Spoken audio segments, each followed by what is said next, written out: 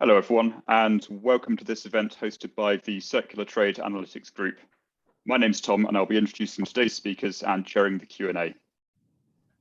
The Circular Trade Analytics Group is a forum for academics and practitioners working towards an economic system which supports human dignity and civilization in the context of the biosphere, where healthy psychological, social, economic, and environmental outcomes are all considered important. If you'd like to learn more about us, I'll put an email address in the chat shortly. Today we have a presentation from Laura Ebert, Georgina Gómez, Will Ruddick, and Leanne Ussher on their paper, Complementary Currencies for Humanitarian Aid. Dr. Leanne Ussher studies and writes on monetary theory, local currencies, cryptocurrencies, and blockchain ecosystems to support community decision-making and avoid decentralized coordination failure. Currently, Leanne is a research fellow at Copenhagen Business School, studying complementary currency networks in the informal sector of Kenya. She is also a research fellow at Wolfram Blockchain Labs, developing educational blockchain content, and the Center for Civic Engagement Fellow at Bard College, New York. Leanne has taught economics, finance, and social entrepreneurship at Bard College, University of Massachusetts in Boston, and City University of New York. Outside of academia, she was a senior researcher at Consensus on blockchain ecosystems and securities analyst at the Reserve Bank of Australia. Leanne holds a PhD in economics from the New School for Social Research. Laura Ebert is a lecturer in the Department of Economics, State University of New York. Dr. Ebert received her PhD from the New School for Social Research in 2000, during which she lived and conducted research in South Africa.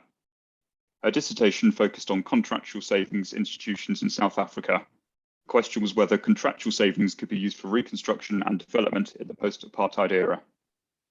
Currently, she teaches money and banking, Asian economic development, and American economic development.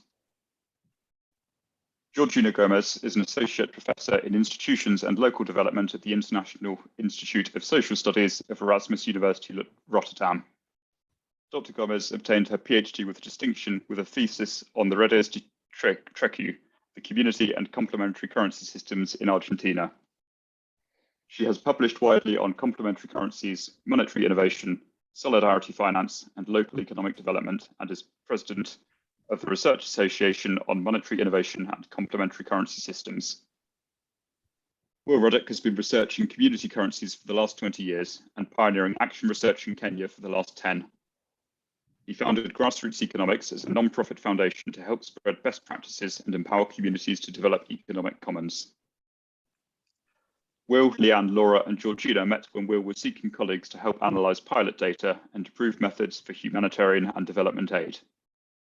Georgina supported Grassroots Economics by filing a petition when the Kenyan government put some of their members in jail, and Will met with Leanne in Japan while studying community currencies. If you would like to read the original paper being discussed, it was part of a special issue of the Journal of Risk and Financial Management. Georgina will kick off today's presentation. Please put your questions in the chat as we go along, making a note if they are directed to anyone in particular. I'll then put them to our speakers during the half-hour Q&A. I hope you're looking forward to the discussion as much as I am. Over to you, Georgina.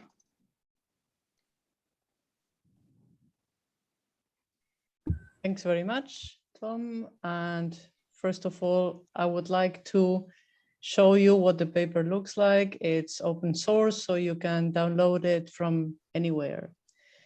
And actually, this was quite an interesting adventure for us to work on this paper together with very different perspectives and getting it done. So thanks very much for inviting us.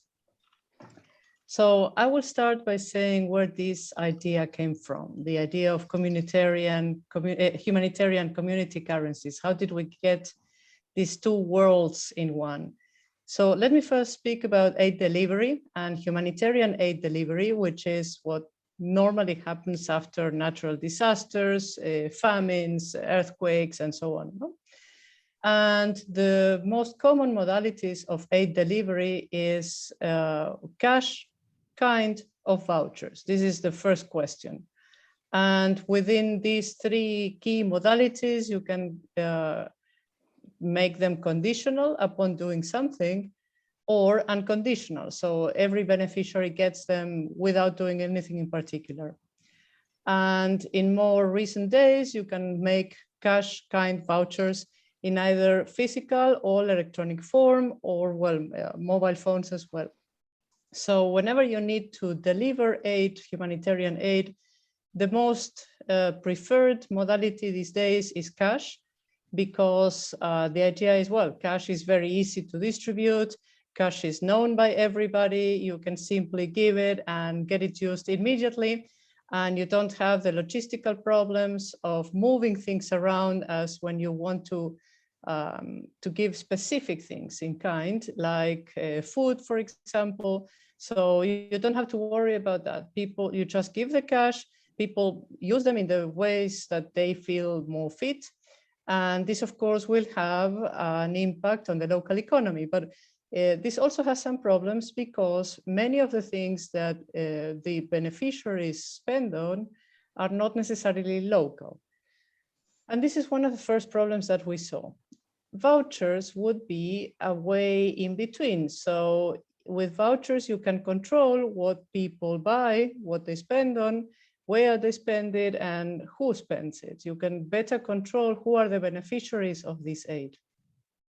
So these are the three key modalities. And we said, yeah, okay, but this massive amount of aid delivery does not really support local communities. So when the cash or vouchers, or when the aid is there, it has clearly an impact in a first moment of need after a natural disaster, but what happens afterwards? So cash may seem like a very good idea, but in the long term, it doesn't seem to have any, sustainable effects. So we were thinking, well, could community currencies be used as a way of reaching more sustainable, more long-term local development impacts?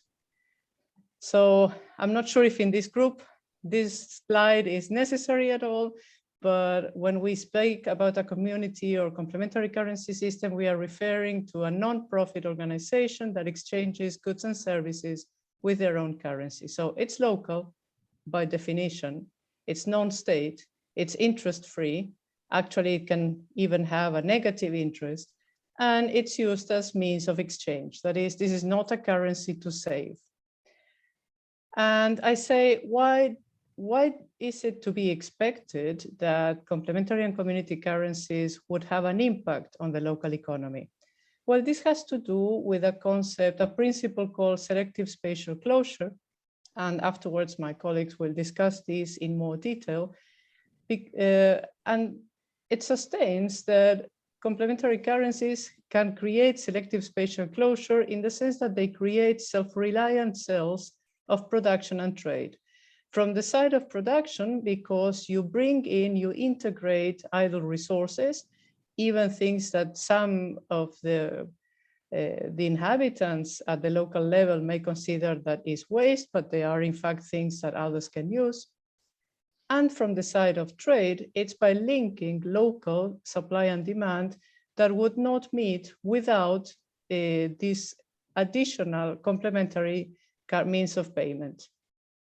At the same time, this is just the economic side of it, complementary currencies have this additional effect of building community, getting people to know each other, getting the bonds of within this community.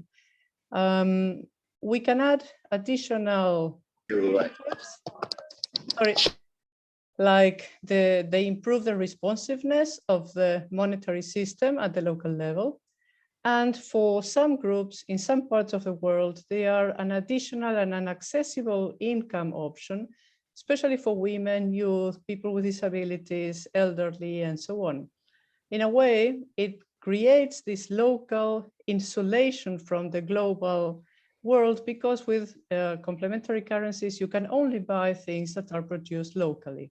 So if I use this figure of the New Economics Foundation, they call it plugging the leaks. It's basically the same idea in a more user-friendly way, because if you think of our localities, our local economies as these buckets, there are things that come into the bucket, that fill the bucket, and there are various expenses that the water in the bucket is lost.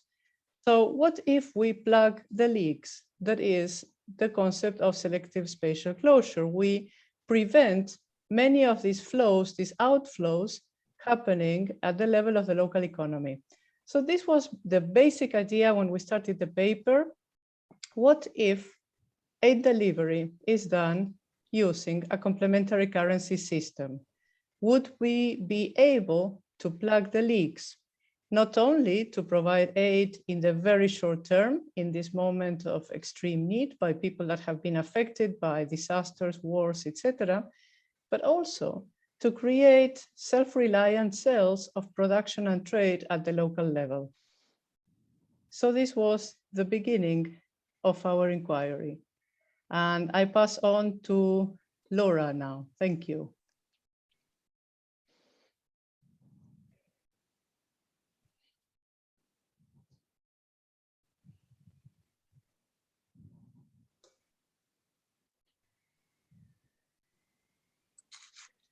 Hello, everybody, and thank you for the invite. I'm Laura Ebert, and we'll be talking really, everyone can hear me fine?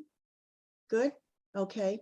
And I'm going to be really going more into the economic side and actually taking what Georgina just said about the positive economic benefits of a community, of a complementary currency. I'm going to take that much further and suggest that the economic benefits of a complementary currency can really extend to, what economic development economists that are development economists would argue as a virtual sort of upward spiral of economic growth and greater technology and greater industrialization. Probably the most recent example that I'll be referring to a little bit later on would be the Asian tigers, in particular, an example from South Korea.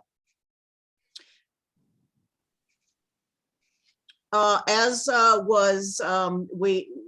will be talking about here. I know that Georgina had emphasized, of course, the need to keep spending within the community here. But I'm sort of looking from a different way that, yes, that's incredibly important to do. That's really the underlying idea. But I'm saying, well, maybe if you do allow some sort of a leakage, we can have and generate greater economic benefits. Now, in the Sarafu period, which was, I believe, about 2 years, you had a need for convertibility of the currency in order to control the money supply. I think that aspect, everything's sort of in a changing situation, but Leanne will talk a little bit about that. For my purposes, I'm going to be talking about the need to create a leakage to promote economic development. The novel idea, I think, because we have two economists here along with our colleagues here, the novel idea here is for a complementary currency system to balance the aim of keeping spending local with the need to facilitate the import of productive inputs. And basically, overall, we aim, there's a broader aim with a complementary currency, and we think, well, maybe this is something important to think about. First, of course, is Georgina's point that you want to increase community output through the utilization of under or non-utilized resources that are lying dormant in the community. And number two, the point that I have just made is that we want to look at creating a virtual upward spiral or economic development where you're increasing production, you're increasing income, you're increasing spending, and you're increasing the technological foundation of a community. This is something that is structural. We're structural economists. I'm a structural economist. I believe Leanne is. And it takes time, okay? So this is not something that's gonna emerge very quickly at all. But I think there were some favorable signs that we saw from the data that Leanne will be sharing later on. But it's a structural situation here. A macroeconomic view of South Korea. Many of you might be aware, of course, of the Asian tigers. You know, South Korea was, you know, one of the poorest countries in the world in 1965. Asia as a whole, as a region, was one of the poorest regions, on par with Africa in about 1965. And today, of course, there's a number of Asian countries that are industrialized and have within a very short period of time. So this can provide us lessons that we can use at the micro level when we're in reference to the Sarafu period. Economic development with controlled convertibility. Poor communities are poor because they lack the resources to facilitate prolonged, meaningful upgrade of productive activity to one day become independent of aid. And this is exactly the point that Georgina made, was, you know, you want to be able to deliver humanitarian aid in such a way that, you know, things change, and that, you know, and things, it's sustainable, and that at one point, maybe in the future, to become independent of aid. And that is of course a very important objective. For that, we turn to the work of Albert Hirschman, who was an economist writing back in the 1950s, who talks about, you know, this problem that poor communities are, you know, poor, they lack resources, and they lack this dynamism that will set in motion economic development, economic growth, a dynamism that we saw in, for example, South Korea. He talks, of course, about balanced and imbalanced growth, and this idea that, you know, when you implement a complementary currency system into a community, you're not dealing with, you know, perfect markets, perfect flexible prices, you know, perfect information. You know, you have these rigid structural bottlenecks, so to speak. And that is what Albert Hirschman addresses, is how to eliminate these structural imbalances. And what he does is he argues, well, we have to have a development regime where we formulate backward linkages. This is where you create a new activity. For example, instead of importing a machine, now you have a factory that builds the machine. This is what we call import substitution industrialization. This is, you know, these are late developers. You have the first developers, so the late developers, for example, will import the machinery, but at some point they want to produce that machinery there. Now that's very important, and it could be any new activity. It doesn't have to be import replacement, but that's just a good example, is that it generates a new demand for local inputs. So that would be Hirschman's backward linkages. Forward linkages are formed when you get a new plant that is starting to produce things that previously were unavailable. So you have what we call forward linkages when you have a plant that comes into operation and begins to supply inputs that domestic producers can turn to use to expand their productive capacity. Jane Jacobs, who's another contemporary, states important import substitution. She would argue that's a very important way to establish new activity in order to eliminate structural imbalances. And communities can address this by producing the machine, as I said before, in the community, generate demand for inputs, creating viable upstream activities. Also, by producing the machine now, instead of importing it, you can generate a supply of inputs for local producers, inputs which did not previously exist. So the ability to address these structural imbalances in these poor communities, these communities that are the recipients of humanitarian aid, needs to be balanced with keeping domestic demand local. So the idea here is that we have a balancing act Now, the Asian tigers, I argue, would demonstrate it's possible to do this balancing act. The Asian, for example, South Korea used their monetary system, right? And controlling domestic consumption, much like you would have a complementary currency. You want to keep the spending local. Well, that's what the South Koreans did. But at the same time, they implemented controls and mechanisms in order to support domestic producers who needed to upgrade. The South Korean state, controlled the capital account. So the capital account, which is sort of the opposite of a current account, that's going to be your flows of money. In this example, we can refer to your capital account is it controls the selling and purchasing of foreign exchange. Because if you think about it, a country on a national level, right, like South Korea in 1965, they're poor because they don't have any resources. There's no commodities, there's very little infrastructure and human capital, everything is very low.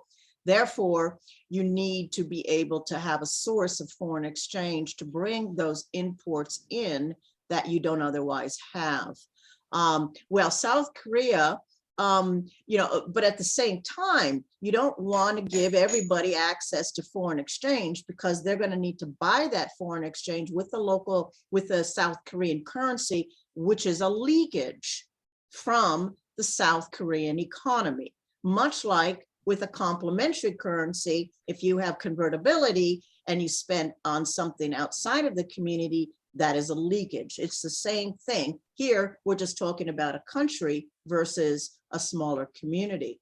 And South Korea was very able to balance the two and to control the conversion of the South Korean currency with foreign currency. It worked successfully to prevent consumption on foreign goods, which is what a complementary currency is. You want to support local producers with a higher demand. You want people to produce, you want people to buy local. But what we're saying here is that you can go further than that. You also want to, what Korea did was they kept resources. If you don't let people convert their South Korean currency into a foreign currency and buy some sort of luxury good or something like that, it means that those resources that were used to generate the income, which could finance the purchase of a luxury import, is no longer used for that, and those utilization of those resources are used for domestic purposes. So you keep resources for domestic use.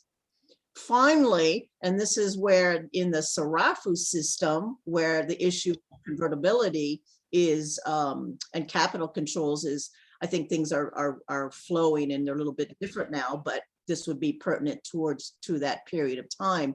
The South Koreans were very careful to ensure that productive units and firms would have access to the foreign exchange in order to bring in the necessary imports that they needed to enhance production.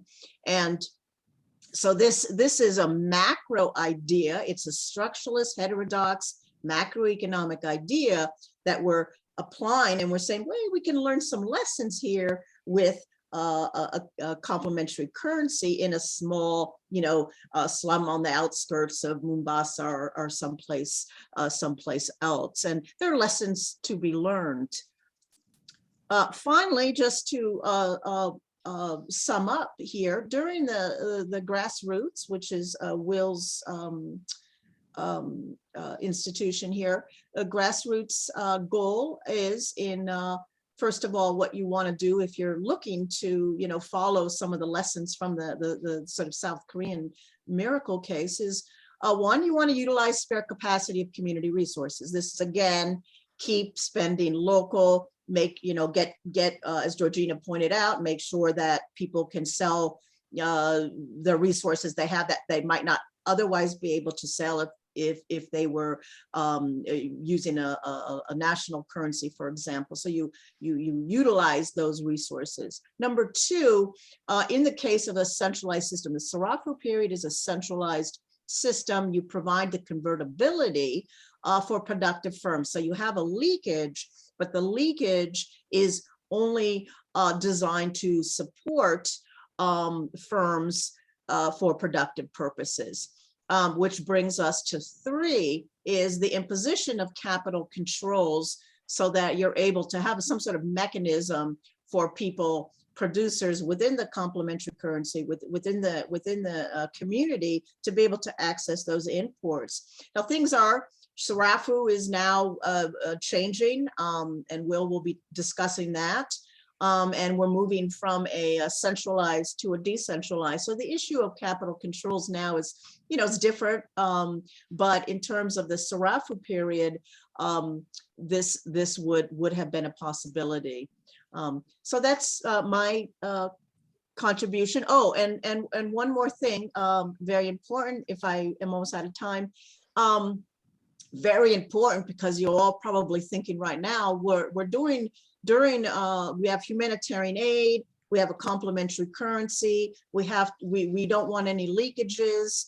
That is completely correct. And you might be thinking to yourself, well, then why, if we need productive inputs within a community so they can upgrade and become more sophisticated and add value to production processes, they need to import those inputs. Why not just take the humanitarian aid, the shilling or the dollar, buy those inputs and hand them over to the community, and then just circumvent the entire current complementary currency system? Well, our position here is that really wouldn't work, because the whole idea is that you have to have sort of a derived demand. It's the people on the ground, the people that produce in these local communities, that must themselves decide what is it that they need in order to upgrade their productive capacity. So you don't want to circumvent the system. You want to instead provide a controlled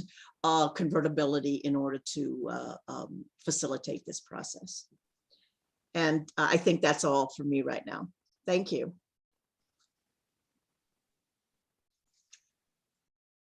So let me just share my screen.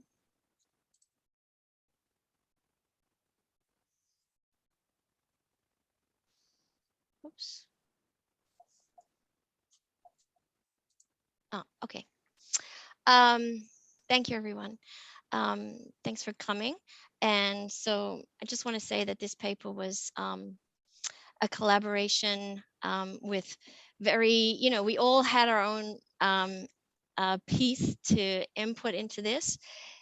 What I'm going to present is the case study. So what we've done, we've outlined at the beginning of the paper how humanitarian aid could be in the form of a complementary currency. We then discuss the history, a little bit on the theory of those complementary currencies, and then talk about what Laura was just discussing about how it may not be the case that you always want to restrict imports.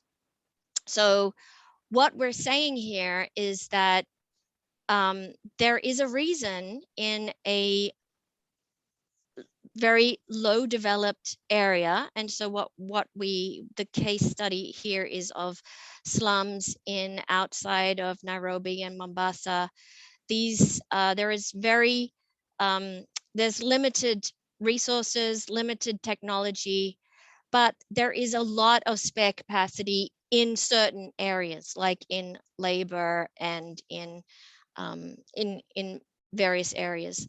So how do we create development where we need to inject some resources, but these resources should be of a strategic type? And so I've got an example here of, we don't want to plug up the bucket completely. We want to be able to, for example, do what Jane Jacobs described in her description of a local currency, which was that we want exuberant import replacement.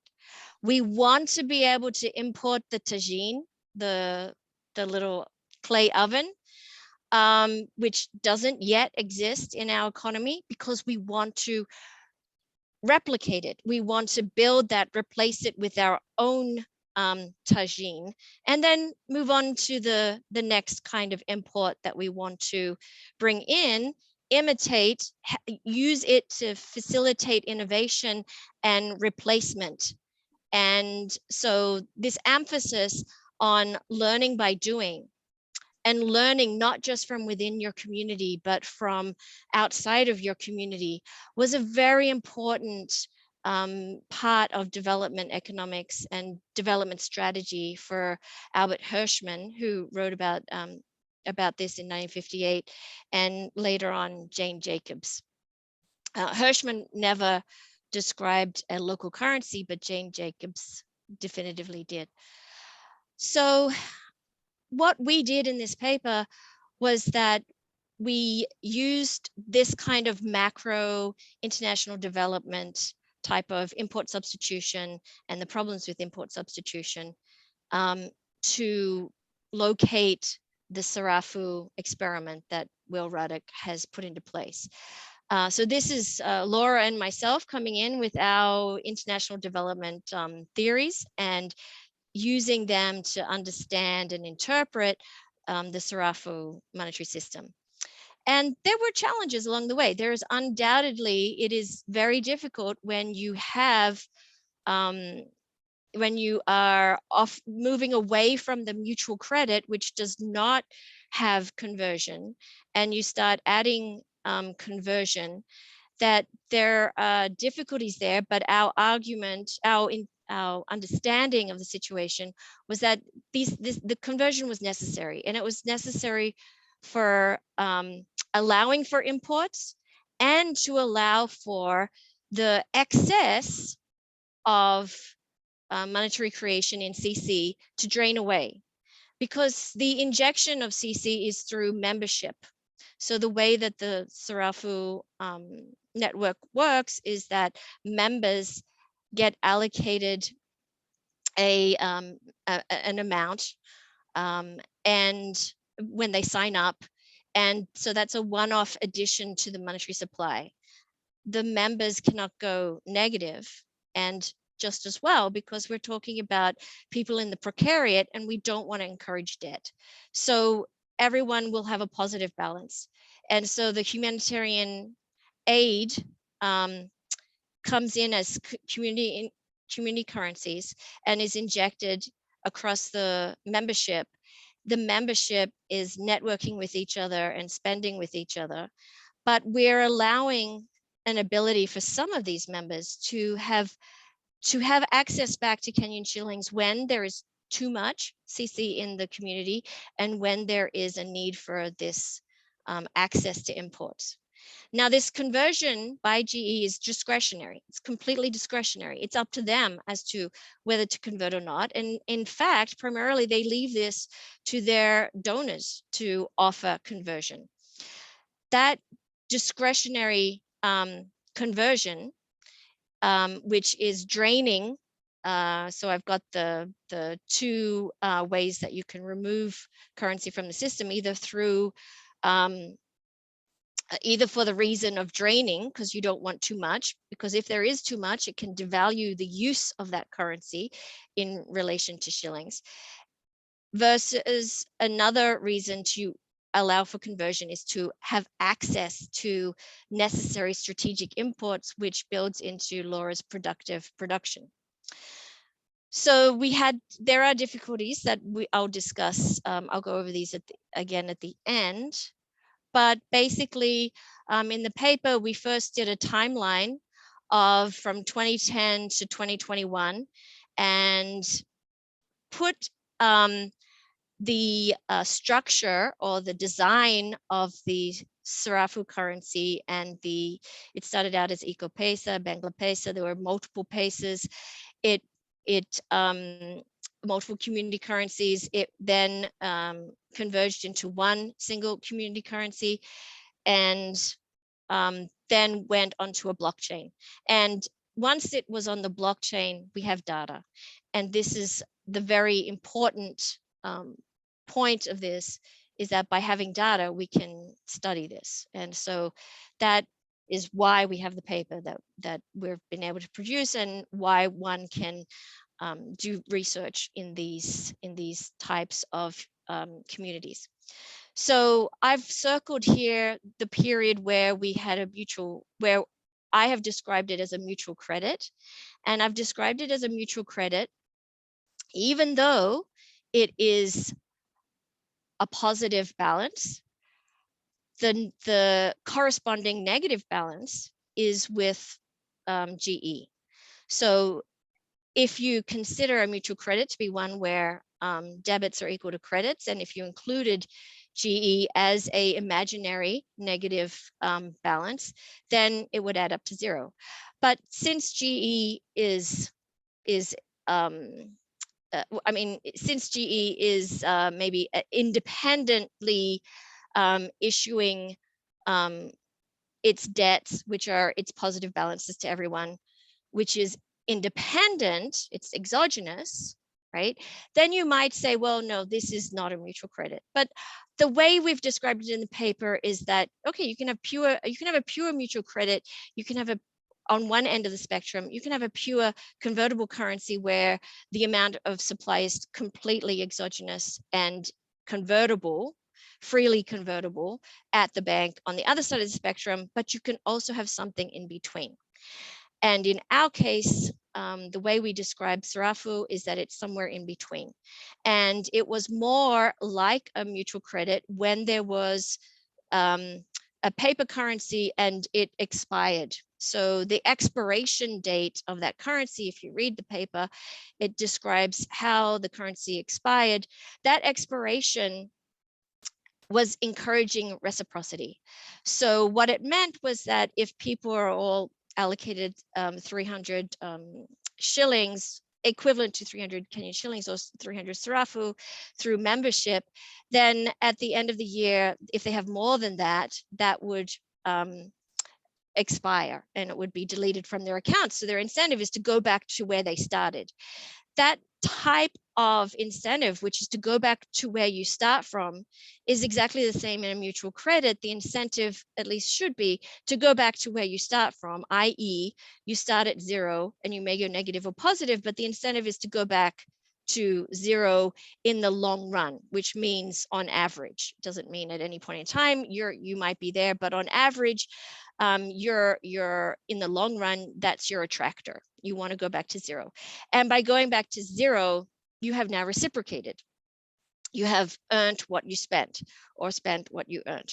And it would be the same here in this case, if this expiration actually was such that those who had excess, that would expire, and all the members ended up where they started.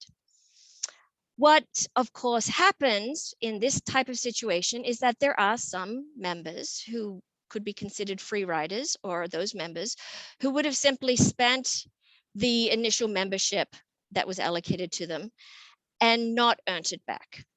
And so then that might be argued, well, okay, that's not, therefore now we're moving away from mutual credit. But I would argue that even in most mutual credits around the world, many of them have members that do not reciprocate and end up dropping out of the system and are not forced to, pay back what they spent. And so I'm not going to go into more detail here, but if you read the paper, it goes into an elaborate explanation of the different theories and how up until this point, or at this point, we can describe this as a mutual credit. But after 2017, so entering 2018, there was an emphasis on, rather than this paper currency, so rather than the communities, these are just posters, but instead of the communities using paper currencies as they did when it began in 2010 and up until around 2017, when it was merged into one currency, we went to a digital currency and ultimately a cryptocurrency, and was able to put a cryptocurrency onto a simple mobile phone. So you didn't have to have a smartphone, you could have a simple mobile phone, and there could be payments now made on this platform through your mobile phone that was spread around communities in Kenya. I don't have a map, but it is, again, went up to, over 12 different locations in Kenya. Over that period from 2018 and on, we had, up to, I think the peak was, if we added up all these numbers, we would know the number of registered users that had used and enrolled as members in this currency. So, we're a large number, right? Over, maybe it's, actually, I don't have the number with me, but if we added up those numbers, we would see what that would be. So maybe it's over 20,000 or something. Those are just all the members that have enrolled. That does not mean that they are actually actively participating. And, but you can see here the diversity of the types of members, and these characterizations are their own. The way they registered, they would register as a primary seller of labor or of food or of healthcare. And we can see there the members and their distribution. We can also look at that in a different way. So dividing up some of those categories. So just to go back, those categories actually were the categories chosen by GE and allocated membership to these categories, but you could also voluntarily describe what you did for a living, how you earned the currency. So under the education category, there would be, and this information was collected together, and I've got it in this cloud, word cloud, which just shows you a distribution across all the different categories. So volunteer Red Cross, at the time that we analyzed this data, which was at the end of June 2020, Red Cross volunteers in the education category were the majority, but there were also teachers, students, and again, these categories were self-described. And so there's a lot of Swahili and different terms there. I've got a word cloud of the labor category as well. So what they were doing, what those people were doing. And we've got casual workers. We've also got tailor and salon and so if there was different spelling, then this, because it's self-described, it would simply be what they listed. Another two categories I've taken is from shops. So shopkeepers, what they are primarily doing. Duker, I think, is food. Oh no, I think Will have to remind me what Duker is. Duker means shop. Shop. Oh, Duker means shop. Okay. And Mboga means food, right? Vegetables. Vegetables. Okay, vegetables. So you can see here different categories of what the members are selling. So what it offered, by offering a community currency or complementary currency that is issued into the community rather than, say, Kenyan shillings issued into the community, by issuing a community currency on a blockchain, we get a number of benefits.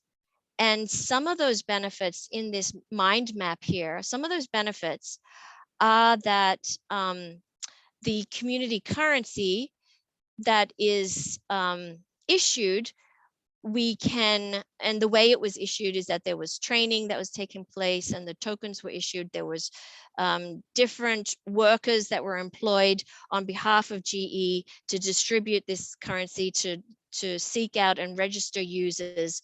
And the users who were either could have a community account or an individual account, would, by using this, there would be data that's generated in that process. And the data that is generated in the process can be used to understand where the spending is occurring, all of these accounts are held, are anonymous, even though the data is openly available to researchers to use. There is anonymity, as in most blockchain accounts, pseudo-anonymous accounts, but we can, by looking at this data, we can build networks and we can see how the currency circulates. And that would be impossible if it was using shillings. So what that means is that we can now look at second order, third order effects. It's not that humanitarian aid is focused on the direct recipient. It can focus and track not only the recipient who receives humanitarian aid, but then how it circulates to the second, to the third, to the fourth person. And so it's now able to measure those spillover effects. Without measuring those spillover effects, standard humanitarian aid, which is spent in shillings, say in the community, primarily measures the recipient's benefit. It does not measure the spillover effect.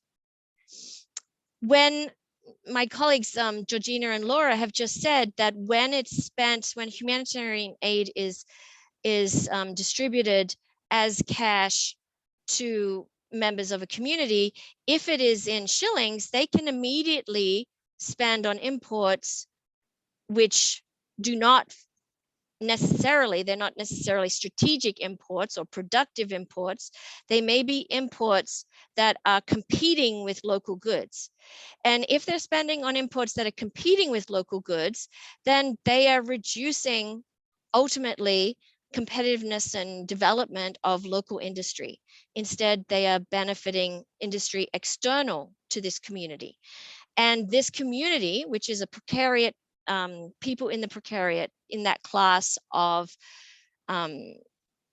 people who lack property, who lack rights over property. They may have access to property, but it's not, official that it's their property. It might be in the commons. By giving them a currency that they then own, that means they can now potentially decide to favor their local community, and by spending local, they now have a higher probability that it's going to come back to them and earn an income. So the probability of earning an income from those second, third order effects has just risen. And how dramatic it rises will depend on measuring the data. And so by collecting the data and measuring it, humanitarian aid donors can give aid to areas where it's working. If they want to give aid to say Grassroots Economics or to some other agency that was doing something similar, or to direct it and put make strings attached to it, they can decide from the data where they feel there's the biggest impact. So they can now be impact investors. So in a sense, right? So this collection of data is very important. The other thing that Grassroots Economics was able to do was it could design part of the capacity development. It could emphasize import replacement production. It could emphasize permaculture farming. It could, to some extent, be or promote employment. I'm not going to say we're not considering it being an employer of last resort, although there's no reason why it couldn't. But the point here is to empower the people to be able to employ themselves. And of course, that requires coordination and governance. Our paper does not address the governance side. It's primarily focused on the real side. So I just want to go through an example. So for example, we had around 2,000 members prior to COVID, so prior to 2020. March 2020. There's around 2,000 if we added up these numbers here. So these are monthly activity in transactions each month across these, 12 or so communities.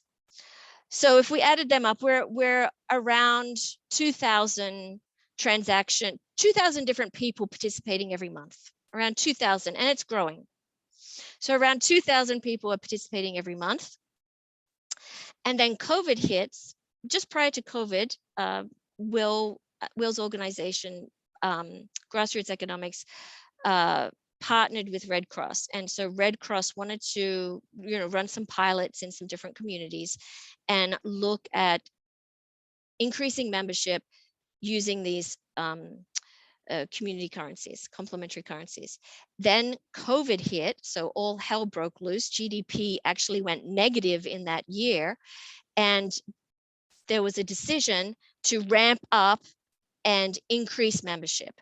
And so they opened up the membership to anyone who wanted to dial into the mobile phone, could actually join as a member. And so active participation went up fivefold, to 10,000 people were participating each month. So 10,000 different people were participating in the, at the peak here at this month. That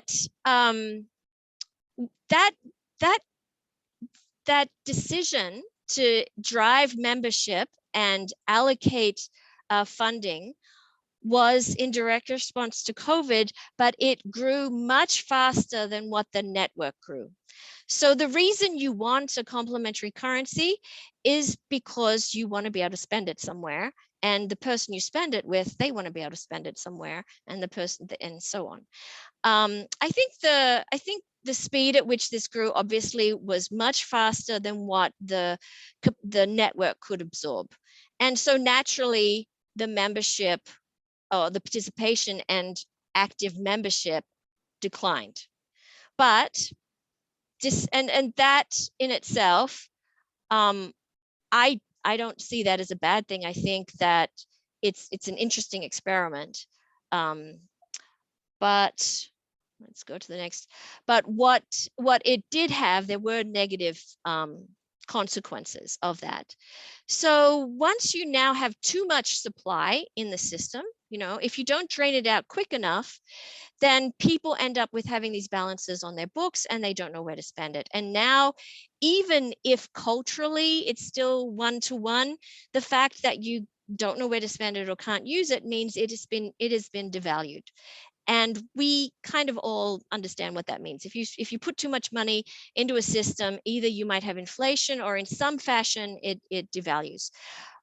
I don't think we have data on whether there was inflation. I don't even think there was necessarily, we would say inflation, but there was a lessening of the desire to use this in large amounts. So the size of transactions declined, and eventually the total amount of money that was transacted was declining.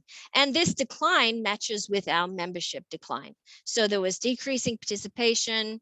Those people who initially signed up dropped out, and those people who remained in were spending less in size and in total aggregate. So each transaction and size. But despite that, despite that, we'll get to despite that in a minute. So what this graph shows is that amongst the Chamas, so Chamas group savings accounts often run by women, and their each area would have individual members. Some of them would be members of a Chama, and or it's also called a table bank. And amongst the accounts in the data that we have, there were 236 Chama accounts in July 2021. The Chama accounts, the distribution of those Chama accounts, how much was held by those Chama accounts, you can see here a range between 0 and 100,000 sarafu. Divide that by divide that by, what is it? Divide that by, what is it? Well, divide by 10, I think, and you get in terms of dollars. So these charmer accounts are expanding in total savings that they have in their account. So there's more charmers with very large accounts, and that's because there was a big increase in the amount of Sarafu injected into the system because the membership went up in response to COVID in order to help people to spend. But that's a catch-22, because if you're having it on your books, you're not able to spend it, then the network is not growing fast enough, or not matching. The network is not growing as fast as the number of new members are joining. And so naturally, you have this increasing growing amount on the Chalmers accounts, and hence grassroots decided to, not just grassroots, but donors, many donors who are active in trying to inject shillings as well as community currencies, but in order to inject shillings into the system and allow these people to buy outside their network and outside their community, were able to buy up from Chalmers, and the decision was to buy up from those Chalmers that had high trade activity. So high trade activity was the important criteria in which you could reduce your account. And over time, we see this dwindling down back down to something that seems much more reasonable. And in terms of individual accounts, we see here, I have data here just from 2020. So we're looking at COVID is starting around here. These large balances are existing on individual accounts, but we converge back down to around, an average account would be holding 200 Sarafu. And I think that's equivalent to around 20 US dollars. If I'm right. Oh, $2 US. Okay, sorry. Thank you, Will. So to $2 US. So we're talking about it moving back down again, which is what we want, right? We don't want them to have more on their balance than what they want to hold on to. And so this is circulating around. So I think the whole aspect of the conversion was a good thing. You can map these networks out. This is a network over 30 days of a network that's clustered of individuals trading with each other, and you can see the arrows going back and forth. You can also see over this period the network of, this is both aggregated together, sales and purchases, but it's just looking at the engagement between these different industries. So we can look at that mapping, and the main takeaway here is that if we look over time, so even though this graphic, what this graphic is describing is for since 2018, and then moving from here to here to here to here to here to here. So over time, up until end of June 2021, so from 2018 to 2021, going over time, what we see is, despite membership falling, so you see here in this case, total transactions 37,000. So this is the peak of transactions and participation. This is now when membership has declined back down again, and we're now around 17,000 transactions, I think per for this period. So with this period, if it's orange, you have 17,000 transactions, and any shading below that, you have less transactions. What we see in this very, this is a very simple way to analyze this data. There's many more robust ways to analyze it, but in this visualization, what we see is that over time, these communities have increasingly, we've got greater diversification across the industry. So we've got more communities with more diverse inputs into their production. And when you have more diversity in inputs into production. That across various papers, and Hausman and Hidalgo argue, cite those papers, that is correlated with growing GDP, growing productivity, growing real economic growth. So if diversity of inputs into production is an indicator of goods becoming more complex, more sophisticated, and thereby able to replace imports, those other sophisticated imports that previously might have been brought in, then what we see here is what Hirschman describes as his development strategy, that we have this learning by doing. So it appears to me, and more research is needed, but it appears to me that even with the rise in membership and then the decline in membership and the rise in transactions and the decline in total transactions over this community, what has happened is this group, this network has become denser and more complex. And that means if it's denser and more complex, it is more able to substitute imports and more able to grow and learn and do by learning and experiencing that growth. So that's the upside.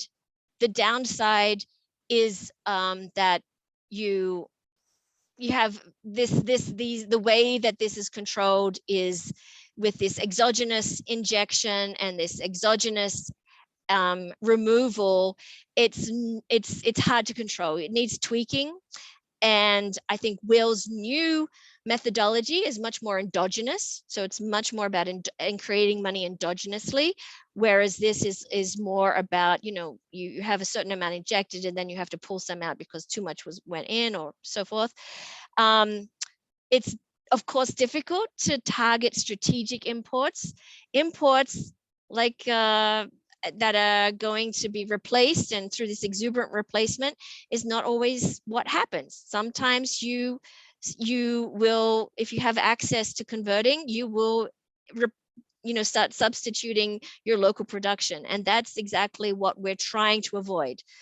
And then the other component is that if you put in too much all at once, you can overwhelm the incentive structure of the behavior, and people can start saying, look, I have to convert out, and now everyone wants to convert out, and now they start moving away from using a community currency towards focusing, having that fetish again over the Kenyan shillings.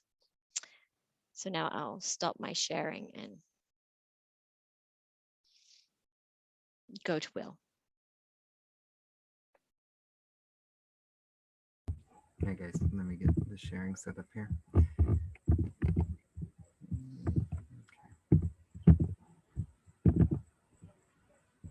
Okay.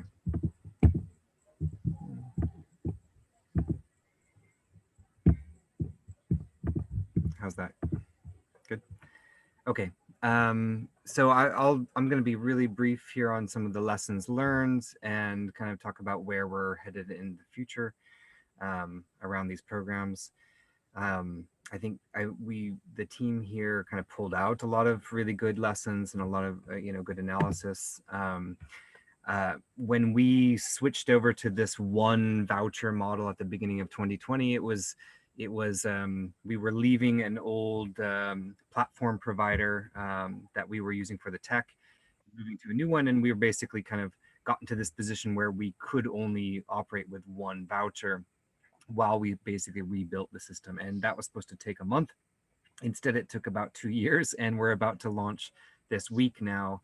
And the original kind of concept was that, communities would be creating a CIC. They would be basically endorsing claims against redemption for their goods and services. So a voucher against some goods and services that get audited by community groups and local administrators and ourselves as well.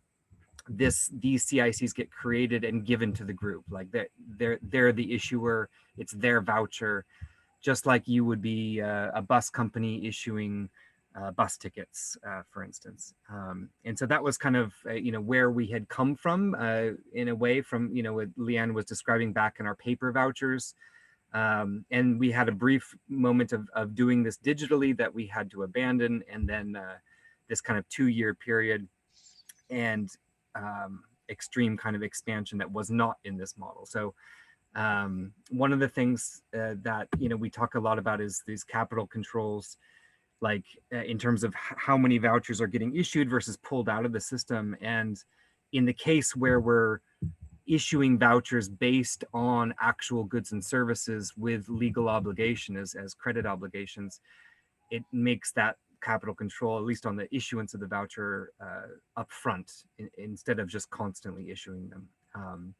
Another thing that we noticed in the Sarafu period was that the groups that treated the voucher in this way, if they treated Sarafu in this way as if it was a voucher for their goods and services, well, they did quite well. And so there's lots of example pockets of communities that took the Sarafu token, if you will, and used it in this way. They, even though it was exogenous to them, it wasn't really created based on the goods and services, they still used it in this way. And so those were some of the best, from my point of view, the local examples of the communities that continued to show that backwards and forwards linkages that Leanne was saying.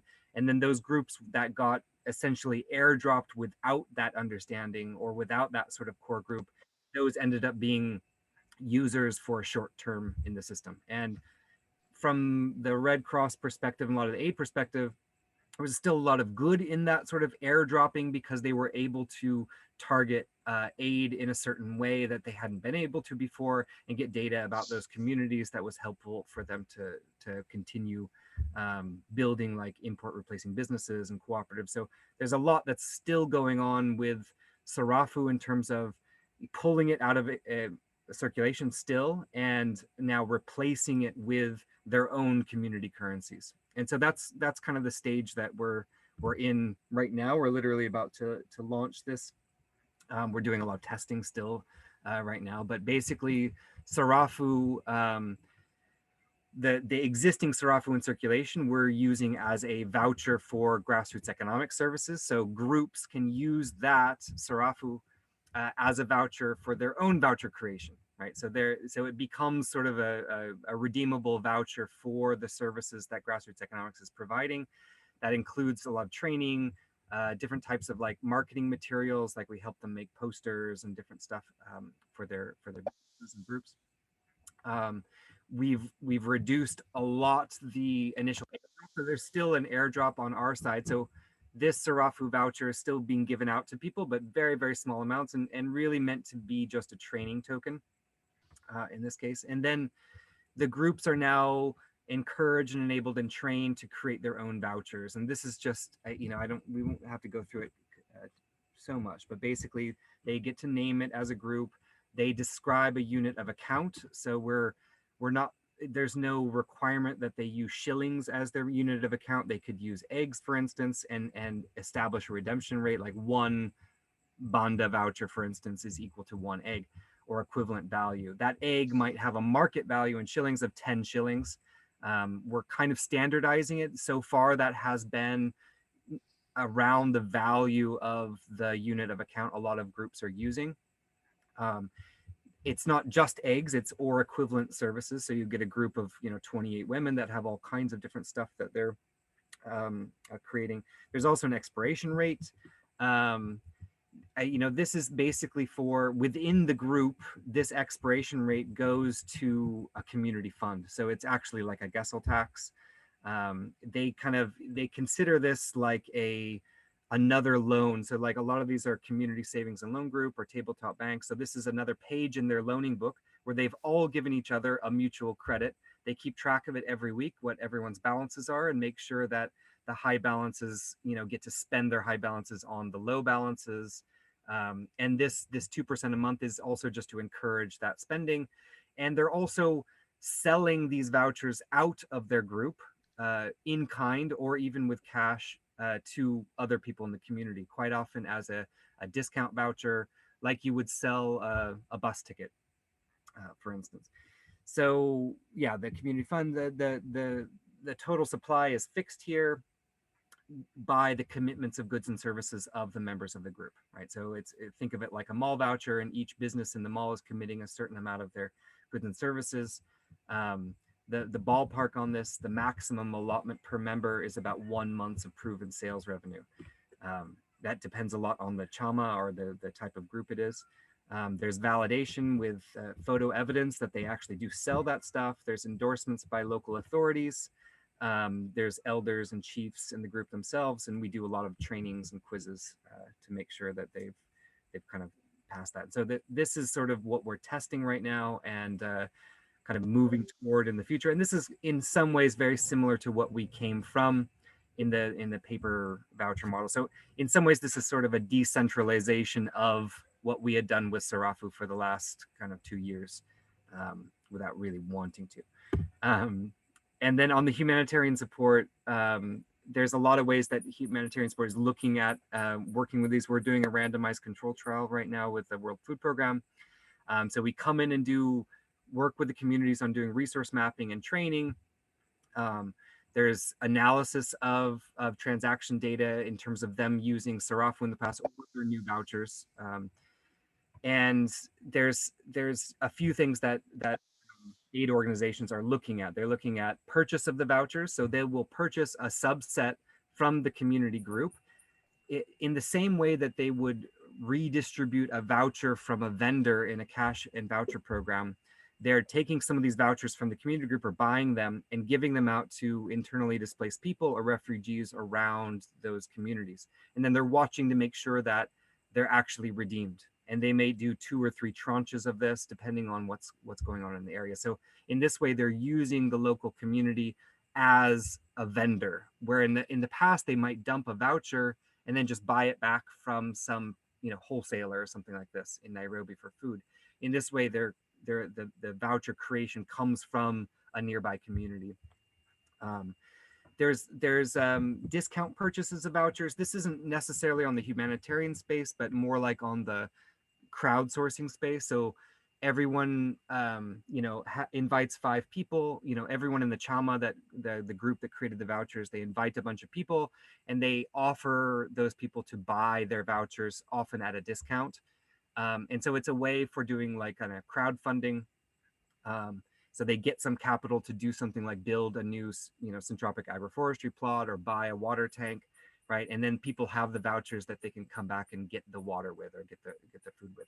And those people lending them the money in the first place, really, they're doing a discount purchase. They get essentially, like if they're getting a 10% discount on that purchase, well, it's as if they're getting 10% interest on a loan. So it's a nice kind of halal version of lending going on.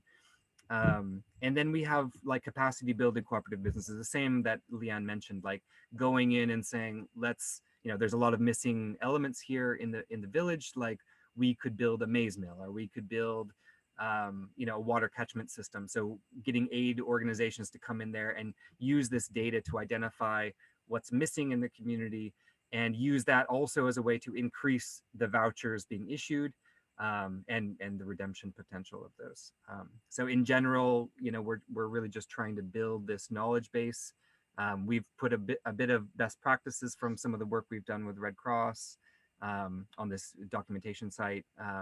The education side, we've got some training materials, and all the tech we've been building for the last 2 years and are kind of in the process of launching is all there as well.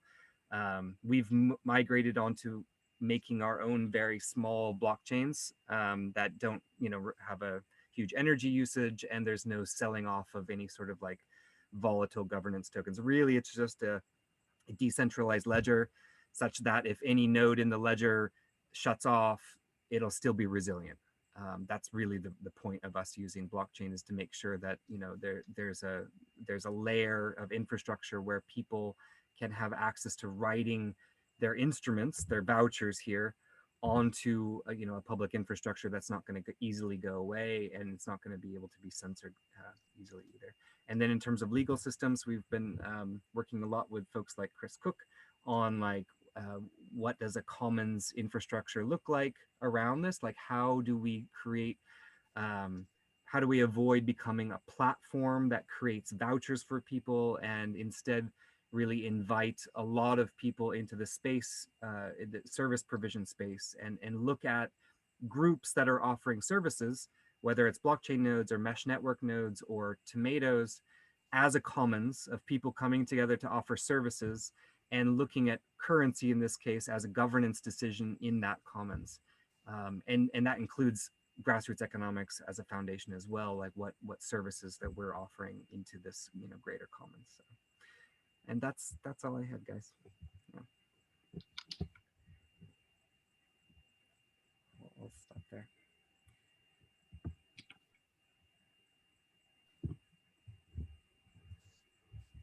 Thank you very much to our speakers, Will, Leanne, Laura and Georgina, for a really wide-ranging and thorough presentation.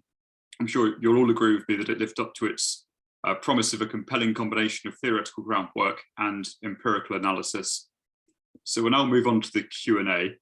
And our first question is from Dill Green. I'm going to direct this initially at Laura, but I think it's posed more generally to the other economists on the panel. So please, by all means, jump in. And the question is that it's very encouraging to hear economists talking about import substitution in positive terms.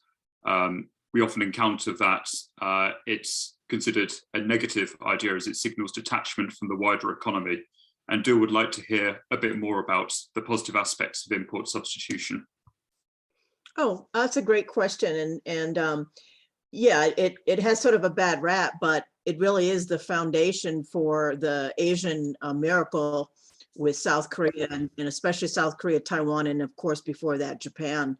And basically you have import substitution, industrialization, but what you're doing is you're not delinking with the global economy. In fact, it's quite the opposite. You're planning an industrial structure to export. So one of the first things that what Japan did, for example, in the turn of the century when it started its industrialization process, same thing that South Korea did, is you start out by producing import textile. This is what they did in Korea, and you import and Japan a textile machine, okay, because that's what Britain and the U.S. and Europe countries were doing. And then you start right away, immediately, you start exporting textiles, and the purpose is to get a source of 4x. So you're immediately linked with the global economy, and then you use that 4x to control the types of imports that you buy. So this is this idea that, ISI that's closed. Now that's your Latin American case. And that's the case where, you import, you produce the machine, and you then produce products that you sell to the domestic market. Well, the problem with Latin America, which of course is way behind in development now with Korea and Taiwan, is that they have commodities and they didn't have that need to have a global link with their industrial sector in order to access foreign exchange. And that's why Latin America is a sort of a stagnant middle income, it's not growing like you see the case of many of these Asian economies now. So yes, ISI linked to globalization is the key. And it's, it's an export-led growth. It's creating your own comparative advantage. Absolutely. And Alice Amsden writes about that. It's yeah, a lot of work about that. Mm-hmm. Thank you, Laura. Are there any other comments from the panelists? I'll just put something in the chat. Thank you, Leanne. In that case, we'll move on to our next question, which is, we have two questions from Joey Rennert. And since Leanne is currently typing, I'm going to pose his second question to Will, which is whether the Sarafu system you're using is available to deployment in other communities outside of Kenya. Yeah, I mean, we're doing our first kind of serious expansion in Cameroon right now. And we've built the whole thing right now. The only interface we've been using to the blockchain, the ledger, is what's called USSD, which is similar to SMS. And so that means that the users don't need internet to get into it.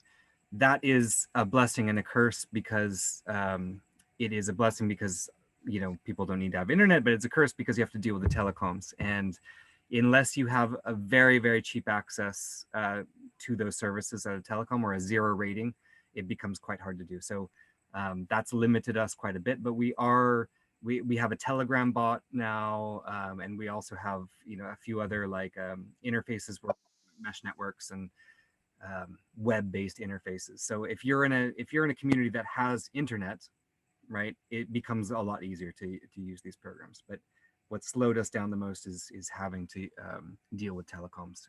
They're quite expensive. So yes. Thank you, Will. And there's actually a specific question about from Michael Busey about introducing complementary currencies into under-resourced communities in the US. And so perhaps you could comment on the need for culturally appropriate implementations of these economic mechanisms. Yeah, I mean, there's so many examples even in the US. I mean, I learned a lot from lots of different examples, like, you know, Berkshire's in Massachusetts, for instance. I think, you know, like the governance decision of a community to come together, you know, a group of businesses, or, you know, there's lots of different formulations of these, a church or a municipality to come together and say, we want to issue a credit against X, Y, and Z services.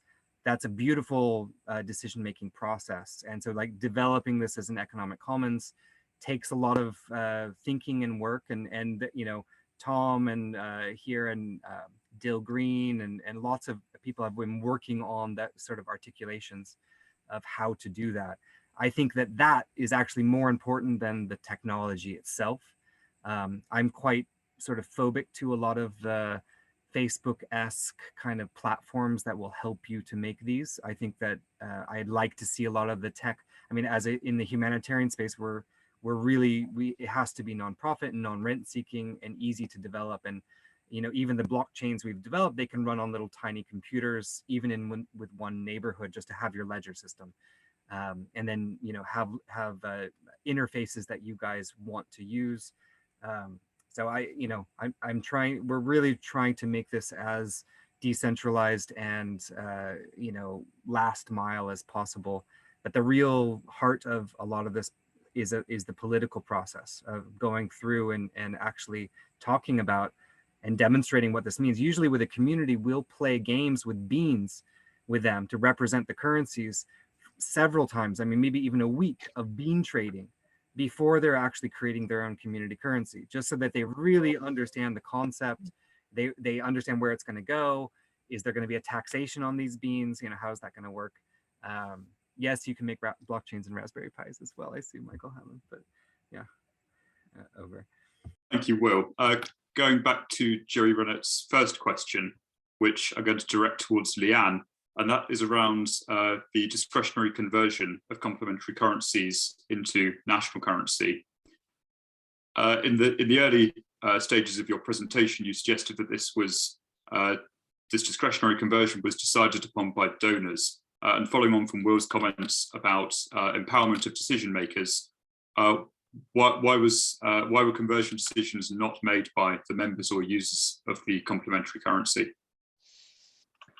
So it's difficult to hand over rights to conversion to individuals, to decentralized group of individuals, because generally speaking, the tragedy of the commons is that we all act in our own self-interest, and money in this case is a commons. And so we end up in that prisoner's dilemma where everyone individually would probably say, oh, I want to convert, because by converting you get a more liquid currency and it's better for you at that moment in time. So by giving that decision to individuals and having individuals coordinate with each other in not any sort of structure, but just letting them have at it, would lead to a prisoner's dilemma, which means everyone kind of opts for the worst outcome. So you don't want to do that. You have to have some sort of governance structure. And the easiest one is a command and control structure, or a top-down structure, or a group of individuals that are trusted third parties. That's the easiest solution to that prisoner's dilemma or tragedy of the commons, but it's not democratic, and of course it can lead to outcomes which aren't what the community wants. So how do we get to decentralized governance is the task at hand in these blockchain ecosystems. It's what everyone really needs to spend time on trying to solve, so that if that is the direction, if that is the desire, give the people themselves the choice, then through either education, as well described, but that still won't get you there. You do need to have some sort of designed set of rules and structure there to make that possible, and it's hard. Thanks, Leanne. I'd like to direct a question of my own to Laura, who talked about the importance of adding backward linkages. And as noted in the paper, if you're intervening in a complex system, then you know that because the nodes are interdependent, then any intervention in the system will inevitably have unpredictable outcomes. And I was wondering whether you might be able to give any examples of this happening, and perhaps whether you might have identified any strategies to mitigate the resulting uncertainty. Oh, I'm not sure what your point was. You mean in terms of introducing a new production unit in a society? Perhaps an economic actor of any type. That might be adverse?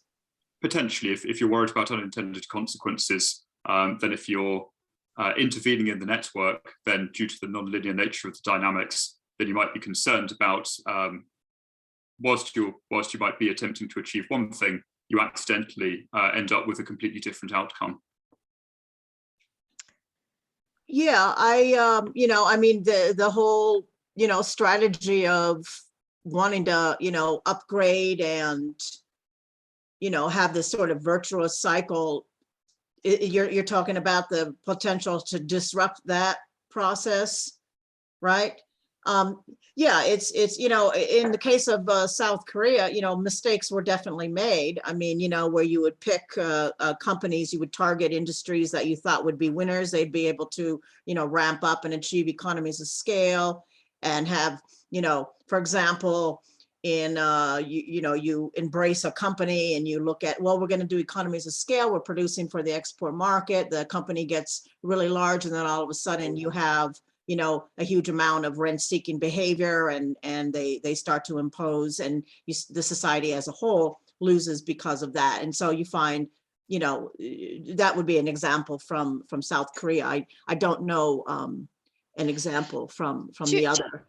To your point, Tom, like you said, this is a complex system, and it would seem like, oh, if we could pick winners and add nodes to the network, then we can make it grow.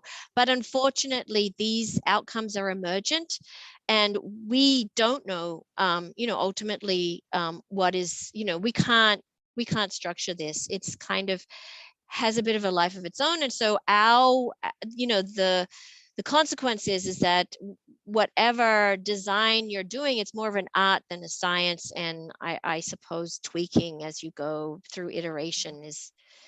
You just want to net. You just want a net positive, right? You're going to get hits and misses, but you want a net positive outcome. Thank you very much, both. We're just coming up to time, so I'm going to ask two more questions. The first is from Frederick Bowes, and I'm going to direct this possibly at Will and Leanne. And Frederick was asking whether you could potentially, what the connections are between the distribution mechanisms of Sarafu and ideas around universal basic income, and whether any of the issues with precise targeting would potentially be balanced by acceleration of adoption. Will, you can go first. Okay, sure.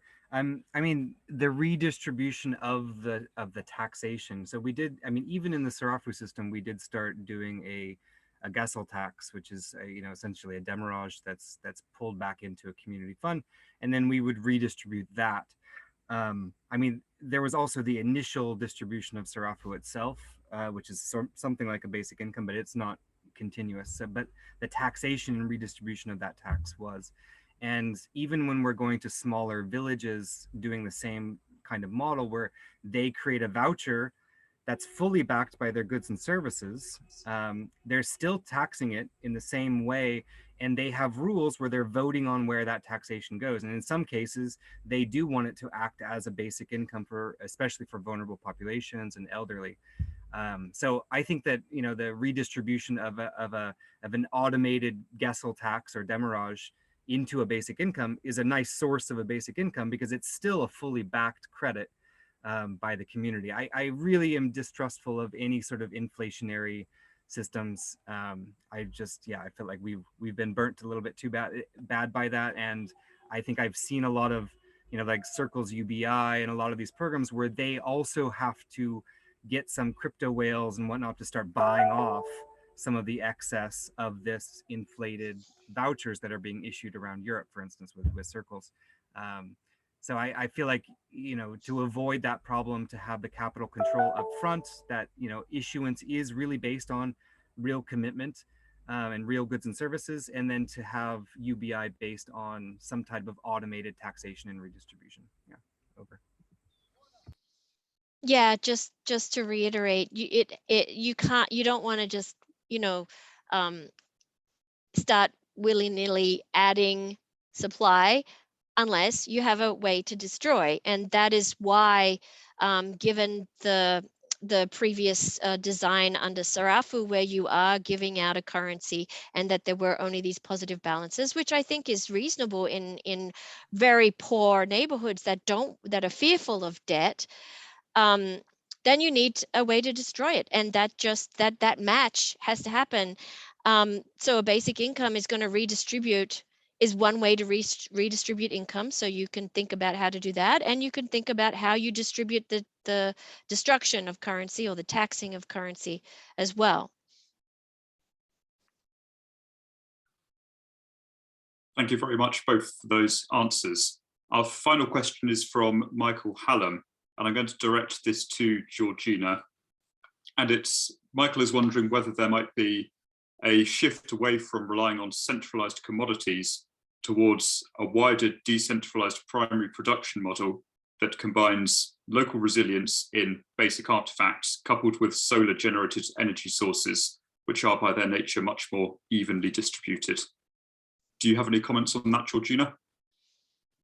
A very beautiful thought, but I think that is pretty much what local currencies can do. You decentralize the production system. It's insulation and not delinking. So I think this is something, a distinction that is really important. So you insulate groups, circles, circuits of economic trade and production at the local level without necessarily delinking. So this is exactly what I would dream, and I think a lot of people would dream of a world in which you have a decentralized production system, decentralized communities, and to paying more attention also to diversity of these groups. Not everybody wants the same. Even when we say the poor, there are very different kinds of poor and poor. So I think if you could make means of payments that can accommodate for these differences, this is necessarily decentralized. Yeah. Thank you, Georgina. Are there any Maybe final... it's a bit of a dream, sorry, but it sounds like a hopeful answer, in fact, Michael. Thank you. Are there any final comments on that from our panelists? I would just say I'm really also inspired by the choice of unit of account, and it's something that we didn't even really think to let people even talk about before. It was always the shilling, and so moving toward things like an energy unit of account in some cases, right, like a kilowatt hour, and Chris Cook is very interested in this as well with the island power. But that's been a big opening up for us in terms of people really starting to think about what is the value of an egg compared to this other thing outside of this market of Kenyan shillings as well. So I think it's powerful. Also time being a unit of account as well. So it's interesting to see that choice now of unit of account being something that people are responding to. And we really hadn't, you know, in the past, we almost hadn't really allowed that exploration to happen or thought that it was too complicated for people to really think about. And so we'd always use the Kenyan shilling. So really enjoying that. And so when you talk about like, grouped units of account, or like the Keynes's Bancor kind of concept and those things, I think we're headed towards those kinds of things as well. It's quite fun. Yeah. Thank you very much, both. And I hope you don't mind if I keep you on for just a few more minutes, because Susanna has got her hand up. So I would like to extend the session very briefly for one very final question from Susanna. Thank you. Okay, well, thank you very much for the presentation. It's been really interesting for me. I just wanted to mention that in a research that I've made for a similar concept in Barcelona regarding inflation, we didn't find that there was any inflation at all, and in a similar system in Seville. Although this is something that I cannot prove because we haven't really thoroughly evaluated the transactions, but and the price evolution. But what they have the suspicion that happened there is that, on the contrary, the prices were reduced because shops were reaching a much better scale for their operation, so they were able to be more competitive thanks to the inflow of the monetary injection locally. So I think this is something important, and I think also about all the talk that has been taking place in the session about import substitution. I think I have the suspicion. I have that the references are not very good. The references I could find were not very good, so we didn't use this concept in our formulation. This I think is partly because one of the formulations that I found, well, there were not many. So the one that I found that was making any sense to me was talking about substituting what you would be otherwise buying abroad for what you can produce inside. And I think this is not exactly, I think that what Laura has been explaining is much more the point. I mean, if you're otherwise be spending abroad, is because you have money to spend abroad. So you would be earning that money from your exports. So I think that the usual case is that you don't have something, and then you are dependent on aid, or you are increasing your debt, or anything else. And the correct formulation for me is much more similar to what Laura said, which is that you just change the structure of your imports. You just change it. You change it in a way that the development of your community and your resilience is bigger.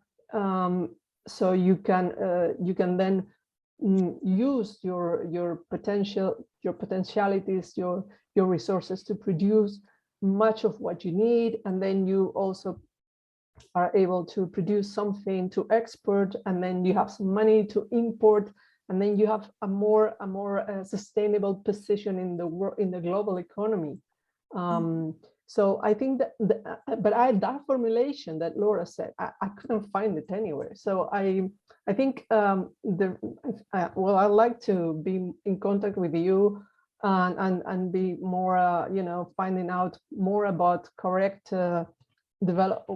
formulations of this concept, which I couldn't find really. Thank you very much for your comments, Susanna. We're running somewhat over time, so what I'm going to do is to first of all thank all of our speakers once again for a really, really excellent presentation. I'm going to stop the recording and then actually keep the Zoom room open so that we can continue the discussion with anyone who wishes to stay around. So yes, thank you once again to Laura, Georgina, Will and Leanne. It was a really, really excellent session, and thank you to our audience for all of the questions and interactions. And I will see you all again for our next session, which will, as usual, go out on the Meetup group. And the recording, as usual, will be uploaded to the Circular Trade Analytics YouTube channel.